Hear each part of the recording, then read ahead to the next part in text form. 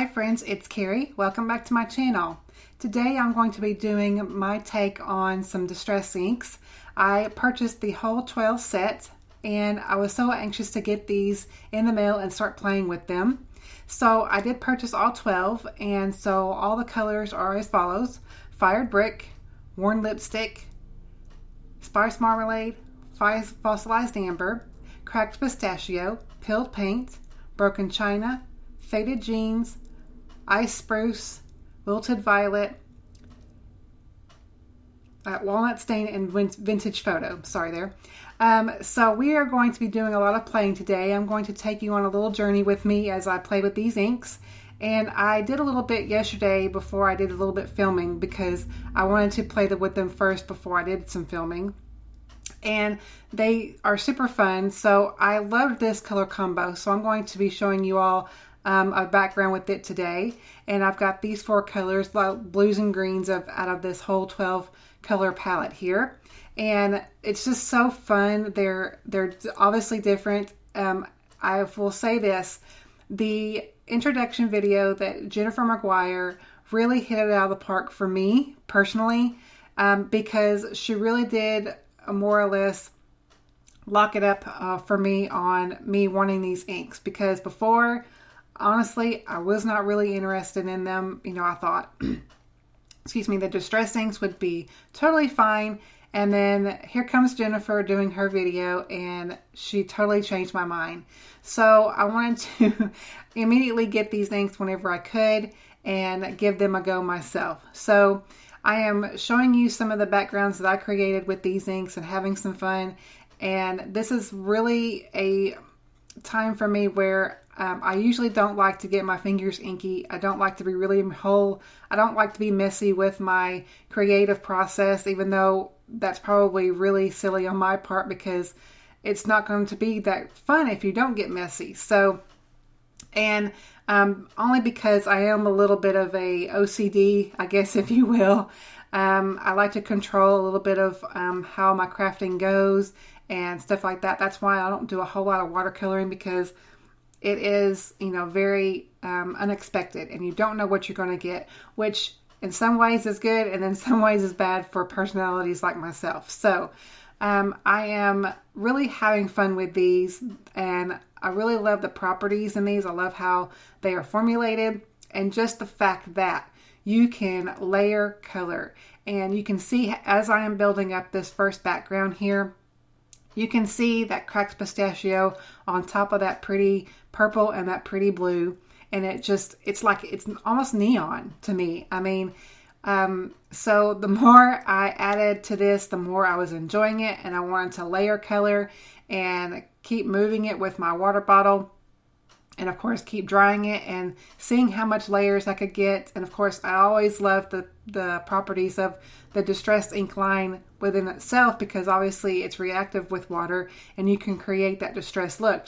But now you've got these oxide inks where you can layer color and also get that same look of the distress look with the water bottle and get the spritzed look, you know, how it's all distressed. So, I really had fun with this, and I'm going to continue to experiment with different color combinations and seeing what I can get. But I was just so excited to create this video for you guys today, especially with this 4 color combo, because all I did yesterday was take a piece of just regular cardstock. The cardstock that I'm working on today, of course, is watercolor cardstock, because I knew that I was going to be adding lots and lots of water. But before, I just took a long piece of cardstock, cut it down, and I ink blended all of the colors onto that strip.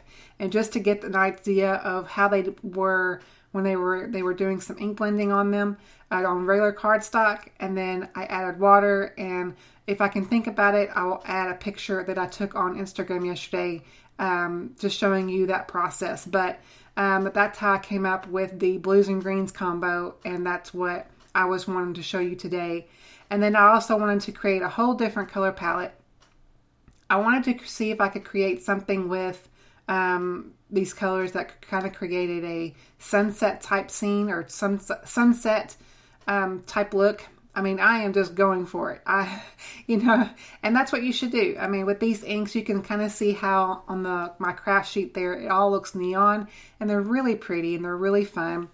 And it's no holds bar. I mean, you just go for it. And there's no right or wrong with these inks. You're not going to mess up per se. I mean, but it's really, as I think Jennifer even says, it's foolproof. I mean, you just go in there, you go for it, you see what you come up with, and you will be amazed at how these inks layer. I mean, it's really fun to watch the video processes that Tim Holtz did as well as Jennifer did, but it's totally different whenever you get these in your craft room and you play them for yourself and use them for yourself, because you can see the results right in front of your eyes. And if you don't like these kind of backgrounds, that is totally okay. But you can also ink blend with them, as she mentioned in her video, which they did really nicely whenever I was first getting used to them yesterday. And so, you can do many things with these. Of course, I'm not obviously trying to sell these up because Jennifer does a great job on her own. But I'm just telling you my process and my experience with these inks so far. So I wanted to add a little bit more pink to my yellow and orange combination here, so you can really see that come through there. And it's really fun how, like I said, I keep saying how it just layers on. And you want to keep adding your water and then drying it as you add the water, and then dotting up the extra color, because of course that will allow you to get that distressed look. So I thought, for fun, different, since I can layer, I thought, well, let's just throw in some purple. So I took my wilted violet, added some more water to that, and just got and just smeared it on the top there. And at first you're like, oh my gosh, did I mess this up? But no, you don't. I mean, once you add the water and then keep heating it with your heat tool, and you can see how it turns out. You can see that purple over that pink, over that yellow, over that orange, over that green, and it's amazing. Kudos to Tim and for making these inks and creating such a cool formulation with Ranger. So fun.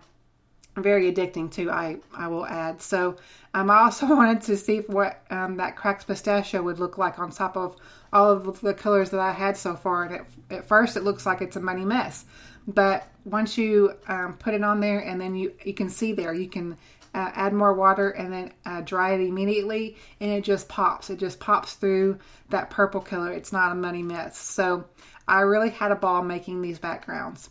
So I wanted to make a couple of cards with these, obviously, on camera for you guys and see the creative process of those cards. So I have this die here from MFT. I believe it's called Sunray. And at first I was going to keep the inside pieces, but then as I was thinking about how I wanted to create this card and the design of it, I thought I would just go ahead and discard these pieces here. And off camera, I went ahead and made some more sun rays just with some orange and yellow color combination, and that would made it that much better as far as the sun. So I thought I would do that off camera and create my sun. So I took a piece of white cardstock, die cut that off camera with a stitched rectangle die, and you can see here I went ahead and did that die cutting, and you will see as I'm going to turn these pieces over, you will see how my sun portion, my sun rays have turned out too.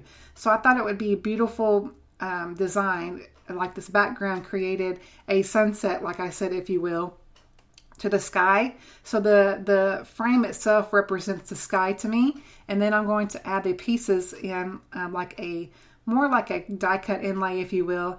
All you got to do is just take these pieces, because obviously they're big enough, you can just add these in and like a puzzle piece, and it's really fun, and it really does pop against each other with the purples and the pinks and stuff in the background with that frame. Then I'm adding in those pieces of the sun, and it really does give a big contrast between each other, and I think it really turned out nice. So I'm just going to continue to add these pieces in like a puzzle, like I said, and very, very easy to do, like I said, because they're big enough. And I wanted to go ahead and do my sentiment before I added my frame. So I've got these two stamp sets here from Simon Says Stamp, and I'm going to kind of do a custom sentiment, if you will. I'm going to take the U off of this "You Are Enough" sentiment because I liked the size of it. And I'm going to mask off the rest of that sentiment with some micropore tape. And then I'm going to take my black ink and ink that up.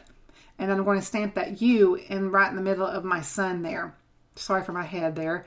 But I'm going to stamp that down and then move on to the next sentiment, which is, it says, well, this one does say "You Are My Sunshine," but I wanted my U to be a little bit bigger since I was stamping it inside the sun. And so I'm going to mask off the rest of I'm going to mask off this U and ink up the rest of the sentiment, "You Are My Sunshine," and stamp that down on the ray there. And you can see how that turned out. And because I was contemplating how I'm going to do a sentiment on this card, and then I was looking through my stash and saw these two sets. So I went ahead and put a lot of foam adhesive on the back, as I said, because I wanted to pop this up, and it felt like it needed something to me. So I went ahead and die cut two flat bottom clouds here, and it really does add to the scene, I really do think. So I need to add a little bit of foam adhesive on the back of this one because it was just kind of nothing substantial right in the middle there. So that will help it. If I put this through the mail, it won't collapse through the mail. This one is a little bit smaller, so it won't really affect it all that much, but I went ahead and did it anyway. Just added my liquid glue on the sides and then took off the paper backing of my adhesive there, and then it's going to pop that into place. And it really does add to that scene, I think. So I'm going to add some glue to the back of my main panel here. And I'm going to add it to my A2 size card base, which is a top fold A2 size card. And then I'm going to add a little bit of embellishment just to finish it off. So I decided to add some pretty pink posh sequins. And my favorite way to add sequins is with these Dots Bling adhesive. They're little, really tiny glue dots. And I think this is a little bit faster to me. For the way I like to do sequins, they're faster for me to do it this way than to add liquid glue. Of course, everyone's got their favorite way of doing it. So that completes this card here, and I thought I would go ahead and show you guys a couple more examples that I did with these backgrounds.